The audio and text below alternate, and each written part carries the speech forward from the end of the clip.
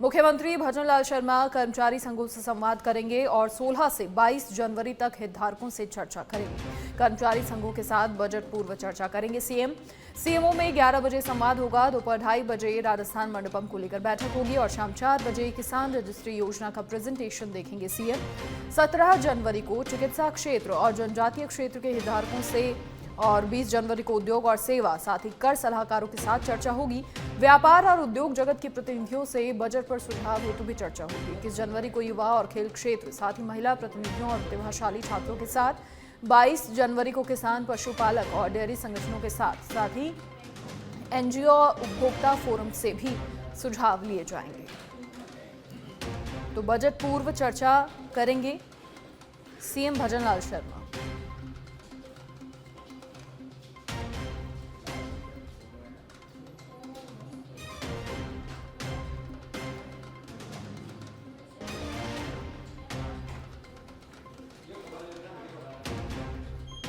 तो बजट पूर्व चर्चा करेंगे। अधिक जानकारी के लिए हमारे पॉलिटिकल एडिटर लाल सिंह फौजदार फोन लाइन पर जुड़ गए हैं। लाल सिंह, क्या कुछ पूरी जानकारी? देखिए, इससे पहले भी जब प्रदेश का बजट पेश हुआ था, मुख्यमंत्री भजनलाल शर्मा ने ये सुनिश्चित किया था कि सभी से वो संवाद करें और जो भी सुझाव उनके सामने आए उन सुझावों को बजट के अंदर इंक्लूड किया जाए। ये अपने आप में बड़ी खास बात है क्योंकि बजट प्रदेश के लिए पेश होता है, जनता के लिए पेश होता है। ऐसे में क्या कुछ जो वर्तमान समय की जरूरतें हैं वो मुख्यमंत्री तक पहुंचती हैं इससे, और फिर उसी अनुरूप जो बजट है वो पेश होता है? देखिए, बिल्कुल मनीषा, कोई भी सरकार का जो बजट होता है वो जनाकांक्षाओं को पूरा करने का एक रोड मैप होता है। ऐसे में सभी वर्गों से संवाद कर सीएम भजनलाल शर्मा वर्गों की जो जरूरत है उनको जानते हैं और किस वर्ग की मदद कैसे की जा सकती है, वर्ग का उत्थान कैसे किया जा सकता है, क्षेत्रों का विकास कैसे किया जा सकता है। इन तमाम विषयों को ध्यान में रखने के लिए सबसे बड़ा एक माध्यम बनता है संवाद। और आपने देखा होगा जब पहला बजट पेश किया था तो उससे पहले भी मनीषा लगातार सभी वर्गों से संवाद किया था उन्होंने, चाहे वो युवा वर्ग हो, महिला वर्ग हो, किसान हो, मजदूर हो, व्यापारी हो, कर्मचारी हो, सभी वर्गों से उन्होंने संवाद किया था और एक बेहतर बजट प्रदेश की जनता को दिया। इसी कड़ी में आज 11 बजे सीएमओ में कर्मचारियों से, जो कर्मचारी संघ है, जो कर्मचारियों की मांगों को लेकर अक्सर सरकार के सामने अपनी मांगे रखते हैं, एक मंच कर्मचारी के हितों को ध्यान में रखने का एक मंच जो बना हुआ है कर्मचारी संघ, उनके माध्यम से जो मांगे हैं वो आज सीएम भजनलाल शर्मा से संवाद करेंगे और अवगत कराएंगे कि अलग अलग जो कर्मचारी संघ है, अलग अलग जो कर्मचारियों की क्या मांगे हैं और वो सरकार से बजट में क्या उम्मीद करते हैं। इसके साथ करीब 2:30 बजे राजस्थान मंडपम के संबंध में मीटिंग होगी। भारत मंडपम की तर्ज पर राजस्थान मंडपम एक महत्वाकांक्षी प्रोजेक्ट है राजस्थान सरकार का और उस पर लगातार काम चल रहा है। आपने देखा होगा लगातार जैसे भारत मंडपम की आज चर्चा है पूरे देश भर में, उसी तरह एक राजस्थान मंडपम बनाया जाए ताकि सरकारी कार्यक्रम या अन्य कार्यक्रमों के लिए एक ऐसी स्थान उपलब्ध हो और साथ ही उसमें राजस्थान की कल्चर सभ्यता को भी हम दिखा सकें। इस लक्ष्य के साथ भजनलाल शर्मा राजस्थान मंडपम को राजस्थान में बनाने का काम पे जुटे हुए और उस दिशा में आज इस अहम मीटिंग की जाएगी। इसके साथ ही मनीषा करीब 4 बजे फार्मर रजिस्ट्री योजना है उसको लेकर प्रेजेंटेशन होगा, तमाम अधिकारी मौजूद रहेंगे। आज सीएम भजनलाल शर्मा के ये प्रस्तावित कार्यक्रम है, जो पहला जो कार्यक्रम होगा बजट को लेकर कर्मचारी संघों से संवाद करेगा। चलिए लाल सिंह, बहुत शुक्रिया तमाम जानकारी साझा करने के लिए आपका। तो कर्मचारी संघों से संवाद करेंगे सीएम। सीएमओ में 11 बजे ये संवाद होगा और शाम 4 बजे किसान रजिस्ट्री योजना का प्रेजेंटेशन भी देखेंगे मुख्यमंत्री भजनलाल शर्मा।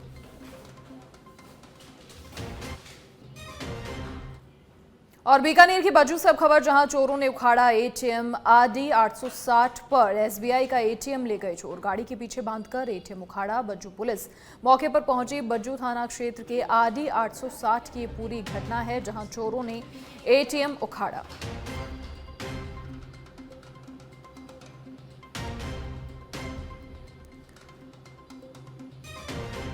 आरडी 860 पर एसबीआई का एटीएम चोरों ने उखाड़ा और गाड़ी के पीछे बांधकर एटीएम को उखाड़ा गया। बज्जू पुलिस भी मौके पर पहुंची।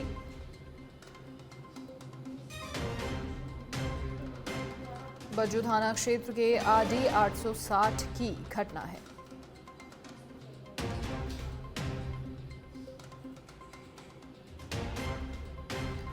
अधिक जानकारी के लिए सहयोगी सुरेंद्र मंडा फोन लाइन पर जुड़ गए हैं। सुरेंद्र, क्या कुछ पूरी जानकारी? फिलहाल लगातार जांच पड़ताल भी प्रशासन की ओर से की जा रही होगी। जी मनीषा, देखिए जिस प्रकार से बज्जू थाना क्षेत्र से इस वक्त बड़ी खबर सामने आ रही है, जहां पर देर रात को कुछ चोर है जो एटीएम को उखाड़ कर ले गए। यह घटना बज्जू थाना क्षेत्र के आरडी 860 के पास की है, जहां पर एसबीआई बैंक का एटीएम लगा हुआ था, जिसको गाड़ी के पीछे बांधकर चोर है वो एटीएम को उखाड़ लिया, जिसमें करीब 12 लाख रुपए की नकदी बताई जा रही है। जिस प्रकार से बज्जू थाना अधिकारी आलोक सिंह अपनी टीम के साथ मौके पर पहुंचे हैं, पुलिस और बैंक कर्मी है वो सीसीटीवी फुटेज है वो खंगाल रहे हैं। जिस प्रकार से आलोक सिंह थाना अधिकारी ने जानकारी देते हुए बताया कि करीब 12 लाख रुपए की नकदी एटीएम में बताई जा रही है। फिलहाल पुलिस है वो पूरे मामले की जांच में जुटी हुई है। आसपास लगे सीसीटीवी फुटेज के आधार पर चोरों की तलाश या पहचान करने में पुलिस लगी हुई है। ये पूरा मामला बज्जू थाना क्षेत्र के आरडी 860 का है, जहां पर एसबीआई का एटीएम लगा हुआ था, जिसको करीब 1 से 2 बजे के बीच में कुछ चोर आते हैं और गाड़ी के पीछे बांधकर इस एटीएम को उखाड़ लेते हैं। चलिए, शुक्रिया सुरेंद्र जानकारी साझा करने के लिए। तो चोरों ने ये एटीएम गाड़ी के पीछे बांधकर उखाड़ा और फिलहाल लगातार जांच पड़ताल की जा रही है।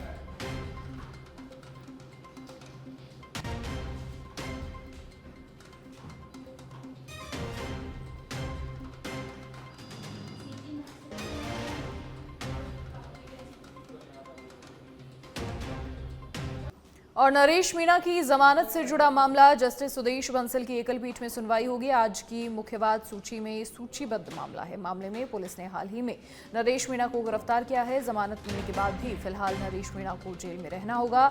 कई दूसरे मामलों में नरेश मीणा को जमानत लेनी होगी।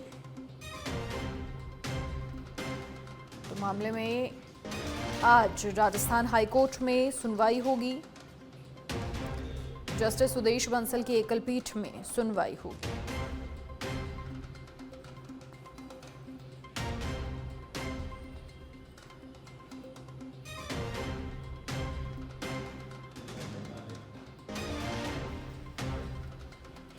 आज की मुख्यवाद सूची में सूचीबद्ध है ये मामला और मामले में पुलिस ने हाल ही में नरेश मीणा को गिरफ्तार किया। जमानत मिलने के बाद भी फिलहाल नरेश मीणा को जेल में रहना होगा। अधिक जानकारी के लिए हमारे एसोसिएट एडिटर निजाम कटालिया जी फोन लाइन पर जुड़ गए हैं। निजाम जी, क्या कुछ पूरी जानकारी? आज जस्टिस सुदेश बंसल की एकल पीठ में सुनवाई होने वाली है और जो चुनौतियां हैं नरेश मीणा के लिए वो कम होती हुई नजर नहीं आ रही हैं। बिल्कुल, देखिए कि नरेश मीणा के मामले में जब ये गिरफ्तार किया गया उससे पहले उसके खिलाफ 24 मुकदमे हैं। ऐसे में उनको अलग अलग मुकदमे में भी गिरफ्तार किया गया है। उसमें से ही एक मुकदमा 2023 का है जो 12 जिले की कोतवाली थाने में दर्ज हुआ था। और इस मामले में भी अब चूंकि वो गिरफ्तार हो चुका है तो उसमें जमानत लेना जरूरी है और इसी के लिए राजस्थान हाईकोर्ट में जमानत दायर की है। इसके बावजूद कि इसमें जमानत अगर मंजूर भी होती है तो भी उसे जेल में ही रहना होगा, क्योंकि समझौता सहित उसके खिलाफ जो अलग अलग मुकदमे दर्ज हैं अभी उन मुकदमों में भी उसे जमानत लेनी होगी। फिलहाल जो है आज की जो जमानत याचिका है वो जो 2023 में 12 के कोतवाली थाने में दर्ज जो है मारपीट व अन्य से जुड़ी धाराएं लगी हुई है, उस मामले में जो है आज याचिका लगेगी। चलिए, शुक्रिया जानकारी साझा करने के लिए। तो मामले में आज राजस्थान हाईकोर्ट में सुनवाई है और कई दूसरे मामलों में नरेश मीणा को जमानत लेनी है।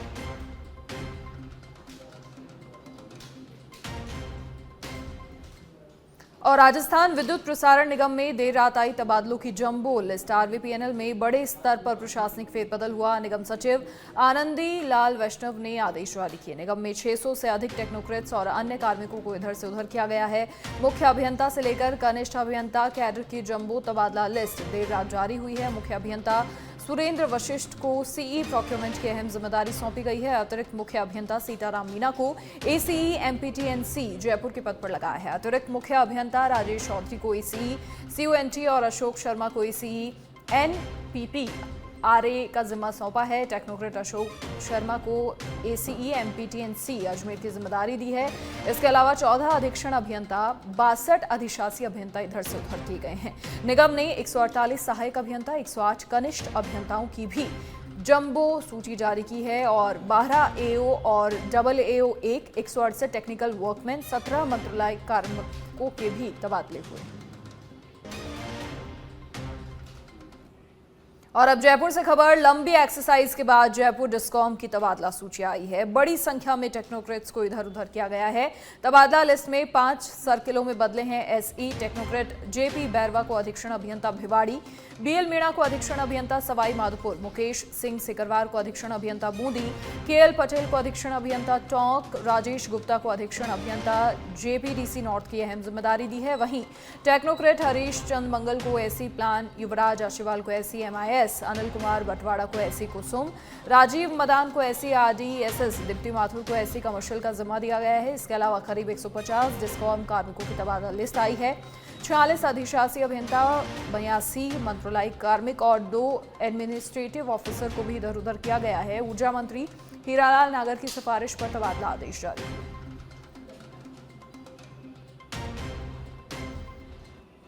और अब जयपुर से बड़ी खबर, परिवहन विभाग की तबादला सूची आखिर कहां अटकी, सवाल भी। डिप्टी सीएम बैरवा और परिवहन अधिकारियों के बीच कई नामों पर सहमति नहीं बनी। परिवहन कार्मिकों ने तबादला सूची के इंतजार में रात गुजारी और अब चर्चाएं हैं कि क्या परिवहन विभाग में एक राय नहीं बन पाई है। सूत्रों के अनुसार कल देर रात कई बार लिस्ट में संशोधन हुआ। परिवहन सचिव का कहना 3 साल के नियम को पूरी तरह लागू किया जाए, जबकि डिप्टी सीएम के सामने डिजायर और कई अन्य बाधाएं हैं और इसके चलते तबादला लिस्ट को लेकर सहमति नहीं बन पा रही।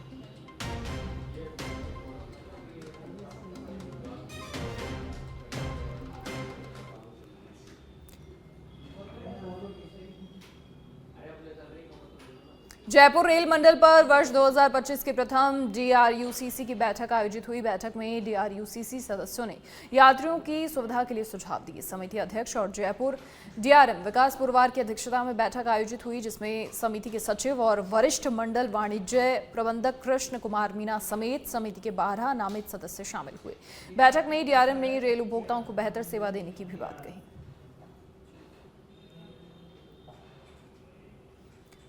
ऊर्जा मंत्री हीरालाल नागर ने संगम में डुबकी लगाई। मंत्री नागर अपनी पत्नी और परिजनों के साथ प्रयागराज महाकुंभ में शामिल हुए। नागर ने कहा, महाकुंभ 2025 प्रयागराज संगम में पवित्र स्नान का सौभाग्य और संगम में पवित्र डुबकी लगाकर आत्मिक शांति की अनुभूति हुई।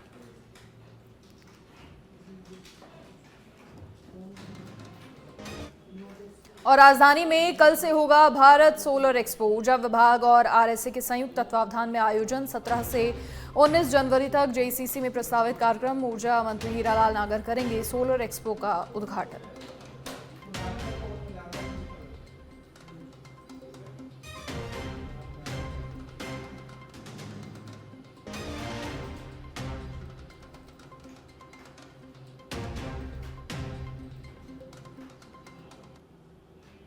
और अब जयपुर से खबर, क्या जिला कलेक्टर के आदेश नहीं मानने पर कार्रवाई होगी? क्या स्कूल प्रबंधन पर एक्शन होगा? ये बड़ा सवाल है। MBC millennium C secondary school, Swej farm, Ramnagar, Sodala, Jaipur का मामला है। महात्मा ज्योतिराव फुले कॉलेज में ही अंदर स्कूल है। कल जिला कलेक्टर ने 1 से 8वीं तक के स्कूलों को छुट्टी के आदेश दिए थे। वहीं 9 से 12वीं तक के स्कूल को सुबह 10 बजे बाद खोलने के आदेश थे। बावजूद भी नियमों की धज्जियां उड़ाई जा रही हैं निजी स्कूलों के द्वारा।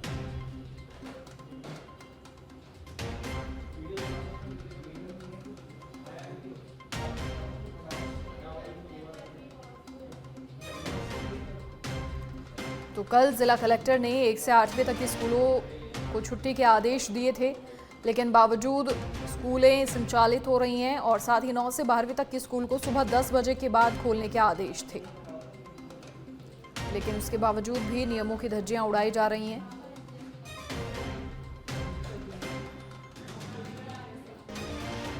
अधिक जानकारी के लिए सहयोगी कुणाल भटनागर फोन लाइन पर जुड़ गए हैं। कुणाल, ये पहला मामला नहीं है, इससे पहले भी कई बार आदेशों की अवहेलना निजी स्कूलों की ओर से की गई है।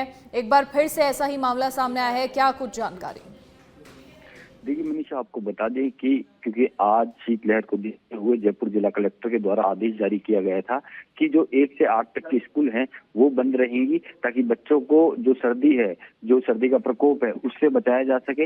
लेकिन उसके बावजूद भी कई जो निजी स्कूल हैं इसकी धज्जियां उड़ाते हुए नजर आ रहे हैं। इसी तरह का एक वीडियो जो है सामने आया है। इसके अलावा क्योंकि जो 9 से 12 तक के बच्चे हैं उनके लिए ये आदेश था कि 10 बजे के बाद जो है उनकी स्कूल खुलेगी, लेकिन ये जो वीडियो है सुबह 8 बजे का है। आप ये देखिए कि वीडियो में छोटे छोटे बच्चे जो हैं स्कूल जाते हुए दिख रहे हैं। तो इसमें 2 तरह की जो अवहेलना की गई है इस वीडियो के अकॉर्डिंग। एक तो 1 से 8 तक की छुट्टी थी, उन बच्चों को बुलाया गया है। इसके अलावा आप ये देखिए कि जो समय है 10 बजे बाद खोलने का आदेश दिया गया था और 10 बजे से पहले ही बच्चों को इस कड़ाके की सर्दी में जो है बुलाया जा रहा है। तो कहीं ना कहीं कह सकते हैं कि इस तरह की तस्वीर जो सरकारी आदेश है केवल आदेश बन के रह जाते हैं, इनकी पालना जो है बिल्कुल जो है इन निजी स्कूलों के द्वारा नहीं की जाती है। और इससे पहले हमने जब ग्राउंड जीरो पर जाकर रियलिटी चेक किया था इससे पहले, तो भी हमने देखा था कि जो 25 दिसंबर से और 6 जनवरी तक छुट्टी थी, उसके बावजूद भी कई जो निजी स्कूल हैं वो कहीं ना कहीं सरकार के आदेशों की धज्जियां उड़ा रहे थे। तो क्योंकि इसमें अब ये भी है कि अब इन स्कूलों पर अगर विभाग कोई सख्त कार्रवाई करे, कोई सख्त कदम उठाए, तो ये स्कूल जो है सुधर सकते हैं। अन्यथा इस जो आदेशों की अवहेलना जो दौर है वो ऐसे ही जारी रहेगा। मनीषा, बिल्कुल ठीक कहा आपने, बहुत शुक्रिया कुणाल जानकारी साझा करने के लिए। तो ये वो तस्वीरें भी जब बच्चे सुबह स्कूल जाते हुए दिखाई दिए और कलेक्टर के आदेश के बावजूद भी नियमों की अवहेलना यहाँ पर की जा रही है।